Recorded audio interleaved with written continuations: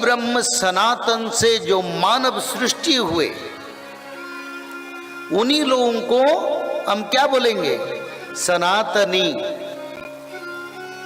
उनसे देवताओं का सृष्टि हुआ, यक्ष गंधर्व का सृष्टि हुआ, ऋषि मुनियों का सृष्टि हुआ, 14 मन्यु का सृष्टि हुआ, सप्त ऋषियों का सृष्टि हुआ, अष्ट वसुओं, पंचभूत, ब्रह्मा शंकर भगवान सभी आदि ब्रह्म सनातन से सृष्टि हुए हैं। तो भगवान की सनातन अवतार से जो जीव अंश उसी में सृष्टि हुआ, यानी हर मानव की शरीर में कौन है? चेतन है ना, जिसको विवेक कहते हैं, वो भगवान का अंश है। इसी कारण जितने दुनिया में ब्रह्मांड में जीव जंतु मानव वृक्ष लता नदी नद समुंदर जड़ चेतन सभी सनातन का अंश है। तो इसलिए धरती को सनातन धरती कहते हैं। पर आज सनातन से संसार में 3 भाग लोग सनातन से अलग है, 1 भाग सनातनी। तो किसको हम सनातनी कहेंगे? नाम भजन करने से सनातनी का परंपरा को जा सकते हैं, शास्त्र पठन करने से सनातनी का धारा में हम हैं ये हम सोच सकते हैं। पर असली में सनातन होने के लिए अब समय आया है। देखो, स्वर्ग में और ब्रह्मलोक में, गोलोक धाम में जो सनातनी है, वो 3 संध्या के समय पर भगवान कृष्ण के विष्णु के आराधना करते हैं। आपसे कौन कौन लोग त्रिकाल संध्या करते हैं? हाथ उठाइए। बहुत आनंद है, बहुत आनंद। जय जगन्नाथ। मेरे को तो बहुत आनंद लग रहा है। अरे वाह वाह।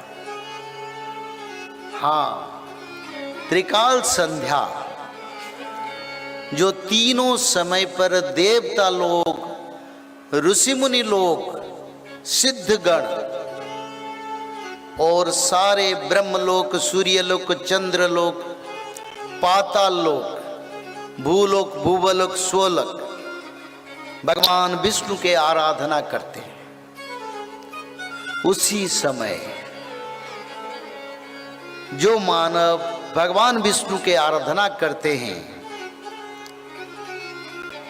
और साकारी होके रोज श्रीमद् भागवत महापुराण पढ़ते हैं। कौन कौन भागवत पढ़ते हैं? हाथ उठाइए। अरे बाबा, मेरे को भी हाथ उठाना चाहिए। बहुत आनंद है।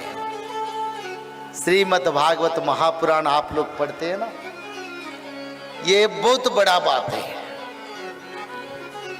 जगन्नाथ संस्कृति में यही लिखा है, जब कलियुग का अंत होगा तब पहले भगवान कृष्ण राम के भक्त भागवत पढ़ेंगे। हर घर में भागवत पढ़ाई होगा और बढ़ते बढ़ते समय आएगा, सारा विश्व में सभी लोग श्रीमद् भागवत महापुराण पढ़ेंगे। बोलो प्रेम से आंधे को बार हरी हरी।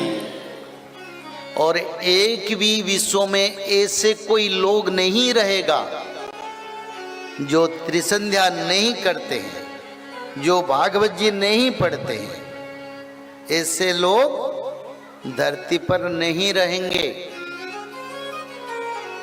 हमने आए धर्म प्रचार कार्य से, कथा करने के लिए तो आए। कलियुग तो अंत हो गया, कथा क्या होगा? अभी धर्म को बचाने के लिए कार्य का समय है। इस समय पर हमको थोड़ा गंभीरता के साथ विचार करना चाहिए, मानव सभ्यता का सुरक्षा कैसे हो। तो तीनों संध्या की समय पर देवता लोग भगवान विष्णु के पूजा करते हैं। और इसीलिए उनको देवत्व प्राप्ति है, इच्छा मृत्यु है, अलौकिक शक्ति है। और जो लोग त्रिकाल संध्या करते हैं, 3 साल तक अगर आप त्रिकाल संध्या रेगुलर यानी रोज करते रहेंगे तो आप लोग दिखेंगे भविष्य, वर्तमान और क्या, पवित्र भगवान के दर्शन के साथ साथ। क्योंकि जो लोग त्रिकाल संध्या करेंगे वो मर्त्य पर देवता बन जाएंगे। तो ऐसे समय पर भगवान जगन्नाथ की कृपा है। श्रीमद् भागवत कथा के साथ साथ जगन्नाथ तत्व भविष्य के बारे में आज हम बैठे हैं विचार करने के लिए। भगवान वेद व्यास ने श्रीमद् भागवत तो रचना कर दिया,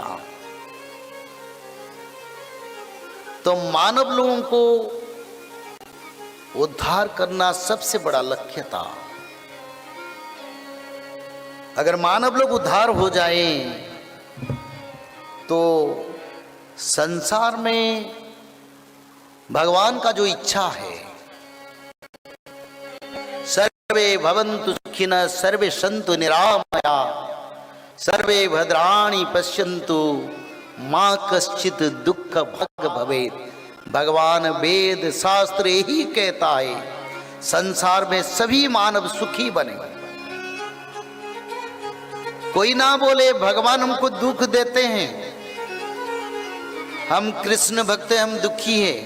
नहीं, भगवान यही कहते हैं सर्वे भवन्तु सुखिनः, यानी जीव जगत से शुरू करके मानव सब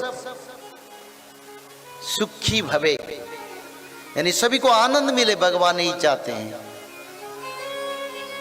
क्योंकि वो मंगल का निधान है, सुख का आधार है, कल्याण का सबसे बड़ा तत्व है, उससे बड़ा और कोई नहीं है।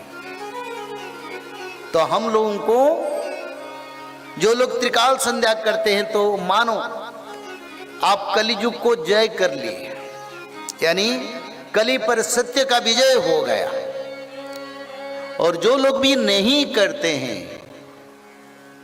और आए हैं, उनको भी मैं साधुवाद करता हूं, आप भी त्रिकाल संध्या करें। और बड़ा विनाशकारी समय आएगा। कौन बचेंगे? जो लोग त्रिकाल संध्या करेंगे, जो लोग माधव नाम भजन करेंगे, जो लोग भगवत महापुराण, श्रीमद् भागवत महापुराण में भगवत गीता का बात नहीं कर रहा हूं, मैं श्रीमद् भागवत महापुराण का बात कर रहा हूं। लोग जानने लगे हैं, आगे भारत जानेगा, विश्व जानेगा, और भक्त लोग रह जाएंगे, पापियों का विनाश हो जाएगा। तो इसलिए आप लोगों को त्रिकाल संध्या करना पड़ेगा। ब्राह्मी मुहूर्त पर उठ के त्रिकाल संध्या, मध्याह्न संध्या, सायं संध्या, 3 संध्या करना पड़ेगा। और 3 संध्या के साथ साथ भागवत जी महापुराण को ब्राह्मी मुहूर्त से रात 12 तक किसी समय एक अध्याय पढ़ना पड़ेगा। और निरंतर माधव नाम को भजन करना पड़ेगा। और माधव नाम भजन करने से क्या होगा? माधव नाम भजन करने से भगवान आदि विष्णु सनातन कल की भगवान का कृपा आपके ऊपर रहेगा। जब यहाँ गोलियां बरसेगा, मिसाइल बरसेगा, पंचवत का प्रलय होगा, तब माधव नाम भज के भक्त लोग रक्षा हो जाएंगे। उनके ऊपर गोलियां लगेगा नहीं, ये लिखा है। जो माधव नाम भजन करेंगे, त्रिकाल संध्या करेंगे, उनकी ऊपर गोलियां, मिसाइल, एटॉमिक भी काम नहीं करेगा। बोले प्रेम से एक बार हरि हरि, जय श्री माधव।